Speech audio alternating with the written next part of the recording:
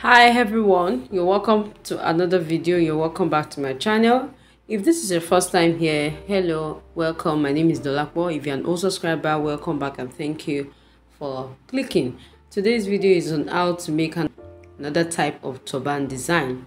So I have my fabric with me. I already cut out the pieces I need for this project. So I have my fabric. You need about a yard, less than a yard of fabric, but you just get a yard so you can have enough use.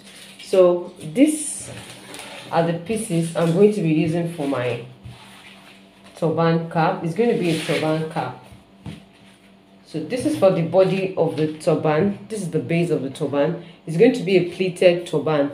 And what I have with me is, I'm using raw silk for this particular turban. You can use any fabric of choice, be it stretchy or non-stretchy. Okay, so for my base, I am trying to manage my fabric. This is about 20 inches length, and the width I have here is exactly 24 inches. So please work with your own head circumference. All right, now I'm going to just turn it to the right side like this, and I'm going to pleat this part. So I'm going to fold in the edges normally. I'll just fold in the edges twice to start with, since I won't be weaving that now. So I'll fold in the edges like this, and I'm going to sew before I proceed to pleat. I've folded in the edge, as you can see, and I've sewn it. So I'm going to fold it in again, and I'm going to stitch from one end to the other. Note you are folding it by 1.5 inches. Yes, 1.5 inches, or a little bit away from 1.5 inches, so you can have enough allowance for you to fold over the next pleat. And this ensures that the thread does not show on the outside. So I will just stitch like this all the way down. So you just pleat like that and stitch, making sure that the thread on the previous pleat does not show.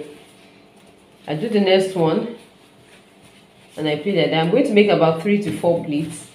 Okay, I don't want to make too much pleats, so I can have enough for the other part of the cap. All right, so I'll just do 3 pleats or 4 pleats, then I'll be back to show you the next step. I've created my pleats, as you can see. If you want to create more pleats, maybe the 4th and the 5th one, you can go ahead. So after creating my pleats, what I have is exactly 12 inches. Yes, I don't want the depth of this cap to be too much, so I have about 12.5 inches, which is actually fine. Now I'm going to get the center of this fabric. I just fold into 2,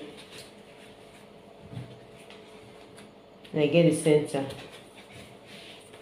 So this is where the center of this fabric is. All right, I'm going to start by marking about I'll mark about 2 to 3 inches away from the center this way. It depends on where you want your ruffles to stand. This ruffle is going to be on the left side of this cap, so I'm marking 2 inches away from the center this way. If the ruffle is going to be on the right side of the cap, then you mark 2 inches or 3 inches towards the side. Okay, so from here we are going to be like a free hand movement or pattern. Okay, something like a zigzag or something like this. This is a zigzag. This is a zigzag, so I'm trying to make it smaller. It could be zigzag like V, like this. Okay, and you could actually curve it. So I think I would like to curve it a little. So I'll just do my pattern like that for my cap to where I want it to stop. So I would like mine to stop probably somewhere here. It's not going to be going to the back like that to the joining. Okay, so somewhere here will be fine. So I'm going to draw my pattern. Please pardon me. It's going to be like in a zigzag manner, like that till I get here. Okay, so when you are drawing your zigzag, please make sure that part of it falls a little bit away from where you have the stitch, so that by the time you attach your ruffles to cover that part. Okay, so this is what I have. I was just trying to explain this part. I was trying to show you if you can do V. That's why you're seeing this way. Okay, so but this is just what I'm going to follow, like this, up to this point. I think I will stop here. All right, so now I'm going to pick the piece I'm going to be using to make my ruffles, which is this, and the length is about 100 by 7 inches width. The length is 100 inches by 7 inches width. So I actually did some joinings so I can have the 100. Okay, 80 inches is fine, 85 inches is fine, 90 inches, 95, 105 is also fine. Okay, depends on how much you want your ruffle to form. So you can decide to put an interface in, maybe like paper stays, just to give it some kind of more effect. You can use the fabric that way. I don't want it to be too heavy on my client's heads. It's possible that as much as possible. So now I have the wrong side facing up. The wrong side is facing up. Fold into two this way. I'm going to stitch from here this way. Then I'll stitch like that all the way down. All the way down. Okay, and I'll continue to stitch up this one. And I'm going to leave an opening anywhere here for us to turn the right side out. All right, I've sewn it. I've sewn the edges together, as you can see. So I'm going to, this is where I have my opening for us to turn the fabric out.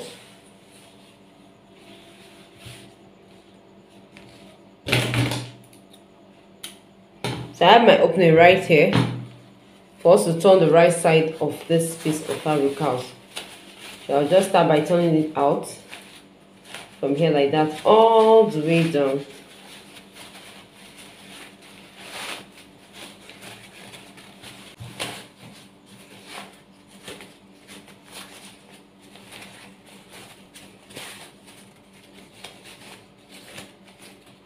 So I brought the other side out. And when we have our opening, we are going to sew it. The seam or the sewn part is going to be on one side. Okay, so I'll just stitch. Can you see it like this? I'll just stitch like that. Where we have the stitch is where we're going to be sewing our gathers. I'll be sewing the stitches from this end all the way down to the other end. Okay, so but now I'll sew the stitches from here this way all the way down like this.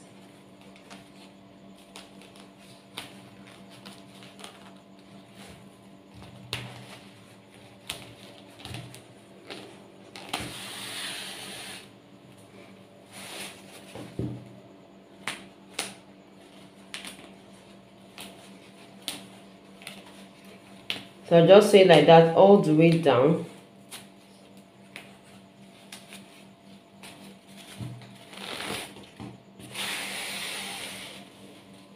Make sure your thread is long enough to cover up the whole length of fabric. So I'll just pull together. If I notice that my thread has become shorter, if my thread becomes shorter while working, I'll pull it together so I can have enough thread to finish up. So I'll just go ahead and sew the stitches like that all the way down. Alright, I've sewn my loose stitches from one end of this my piece of fabric like that all the way down, then I came this way. So this is what I have. I'm just going to pull together it up.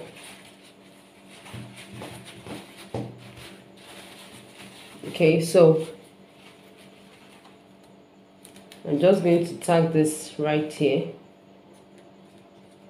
or I check before I tack it completely. I'm going to check if it's going to be enough to cover up my pattern. Okay, you can always work with any type of pattern you want to create. Like I said, you can do zigzag or this wavy pattern. Now I'm going to start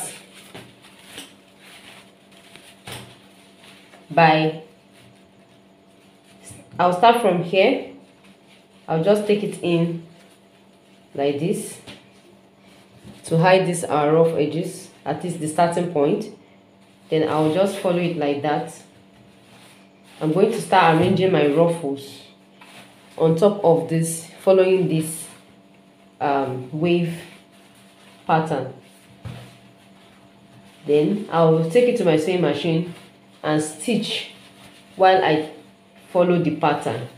You can use your needle and thread to tack if you can. You can use glue if you want to, but it's always advisable to tack, to hand stitch or you sew. Sewing makes your work last much longer than when you use glue. Now I'm going to just follow this, my pattern. I'll arrange it, follow it like that, follow it like that till I get here. So now I'm done tacking my long piece to my cap. I just followed that pattern like that, okay, and I make sure that they're closely tacked to each other. Okay, you can as well go ahead and use your needle and thread to tack together this way so that you don't have any opening at all. You can just tack together. And mind you, I couldn't take the piece through my sewing machine again. It was thick here, so I had to use my needle and thread. So as I was just placing like that, I was just tacking it down, bringing it back, tacking like that till I finished up. Okay, so but if you can go through your sewing machine, you can sew with your machine. So I can just use my needle and thread to bring them up together, to bring it together like this.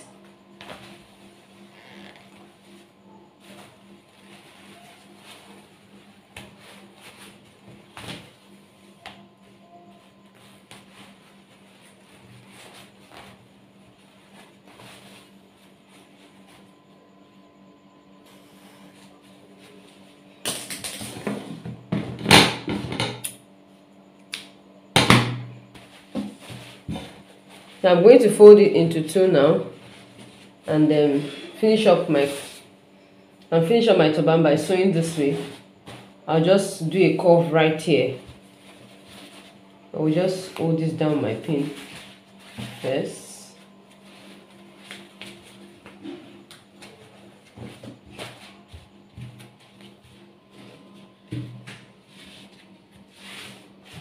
And I'll do a curve here.